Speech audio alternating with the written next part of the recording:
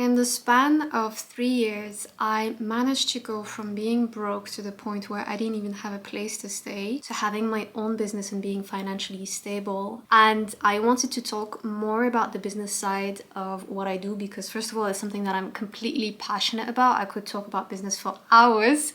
But also because I've noticed that there are more and more Muslim women who are interested in becoming their own bosses. And I love that. And it's making me really excited about the future of the Ummah because I believe that there are a lot of positive sides of becoming your own boss as a Muslim woman. So if you are interested in quitting your job, or if you're not working at the moment but you're interested in starting something for yourself so that you can gain some sort of independence, stay tuned because I'm going to share with you the steps that I took to create a business that gave me freedom, independence, and a big sense of purpose, alhamdulillah. Before I start, I just wanted to take a second to acknowledge the fact that everything that I have is by the grace of Allah subhanahu wa ta'ala. Everything that I've earned, Allah has given it to me, and we need to have that type of approach as Muslims when we start something. I attribute my success to Allah subhanahu wa ta'ala and nothing else, and that's why I'm not going to be able to guarantee your success if you follow the steps that I'm going to share with you. Allah knows best whether this is going to be successful for you or not. Allah is going to make it a success for you or not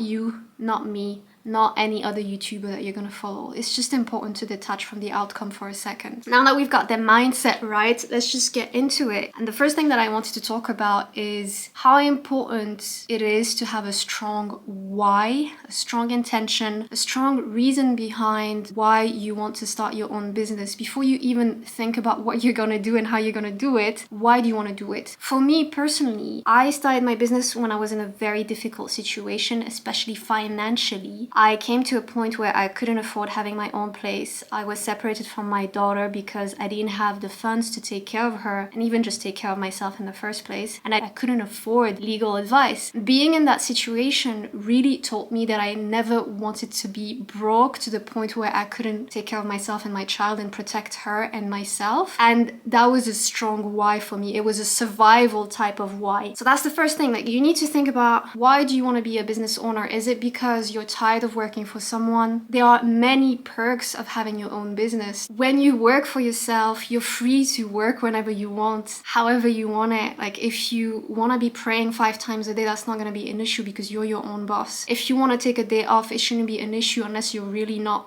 successful as a business, and hopefully that won't be the situation. But you get to decide when and where you work, and that's also really liberating, especially when it comes to being Muslim in the West. I feel like being your own boss is an amazing option depending on where you are. In some countries it's easy to be a Muslim, like in the UK for example, where a lot of managers and directors of companies, even if they're not Muslim, will be really understanding of your faith. But in other places like France for example, I wouldn't think even twice before being my own boss. I grew up in France and I've always wanted to be my own boss because I saw how discriminatory the society and the government were. I never wanted to work for anyone being there. So that desire was always in me in the first place because of the environment I grew up in. And maybe for you it's the same thing as well.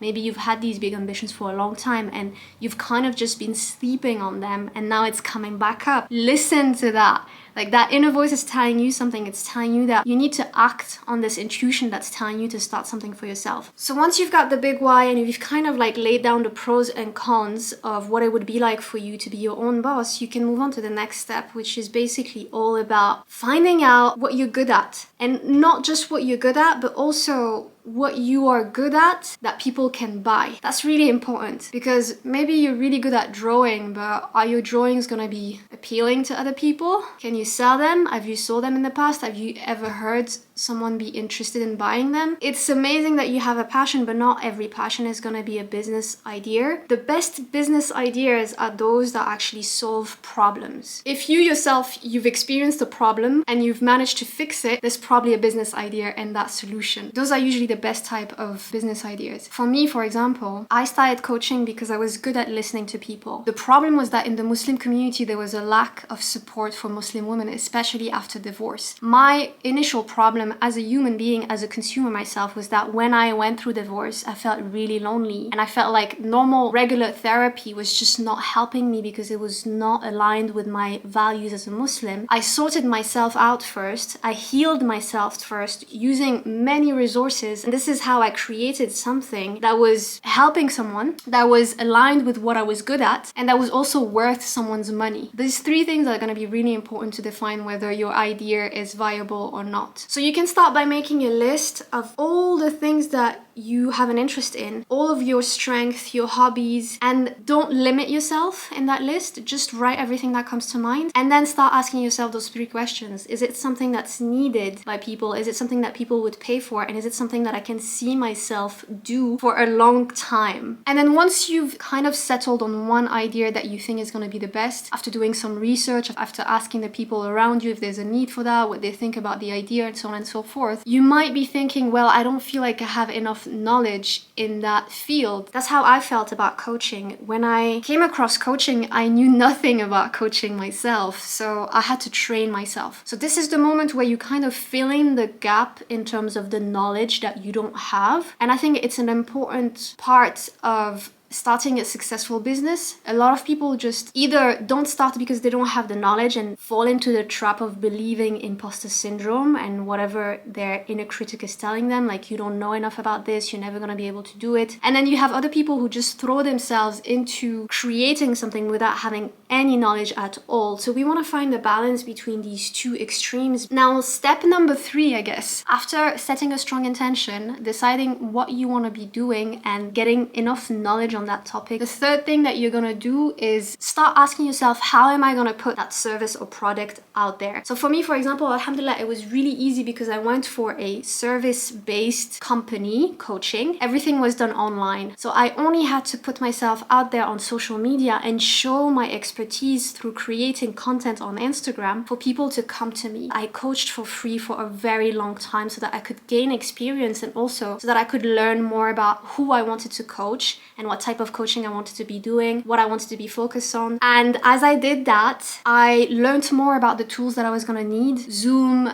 things like Calendly, things like getting better on Instagram, Canva, creating content and all of these things. It was kind of like a trial and fail a lot of the time, but I also kept on buying courses and programs that were helping me out in terms of gaining knowledge on how to be a better business owner as well. The thing about being self-employed that I don't really hear people talk about a lot is that you're gonna have to multitask a lot. At the beginning of my business, I was the coach, I was the marketing manager, I was the HR manager, I was the accountant, I was everything. A lot of the tasks, you're probably gonna hate them, but you need to be passionate enough about being your own boss, being independent and free to accept that you're gonna have to do these tasks at the beginning until you can delegate them. The third step is all about doing a lot of research about how you're gonna put yourself out there and how you're gonna put your service or your product out there, basically. If you have a physical product, for example, if you're selling cakes, you're probably gonna look at what's happening on Instagram. Instagram is like the place to be for bakers. If you have a digital product, you're probably gonna look into Pinterest. You're gonna utilize YouTube tutorials as much as possible. If you have like a handmade product that you craft yourself, you're probably going to look into Etsy and so on and so forth. So this step is all about putting your product where your target market is. And again, it's all about trying different things. I started with a podcast and then I was much more active on Instagram and then I jumped into YouTube videos. It's all about understanding that you're not going to get it perfectly straight. You need to put yourself out there. And that's where the fourth step comes into play, because the fourth step is all about taking massive imperfect action. That's something that I've learned very early on as a coach and as a business owner, is that I had to stop just brainstorming and thinking constantly about what I wanted to do, and I had to start actually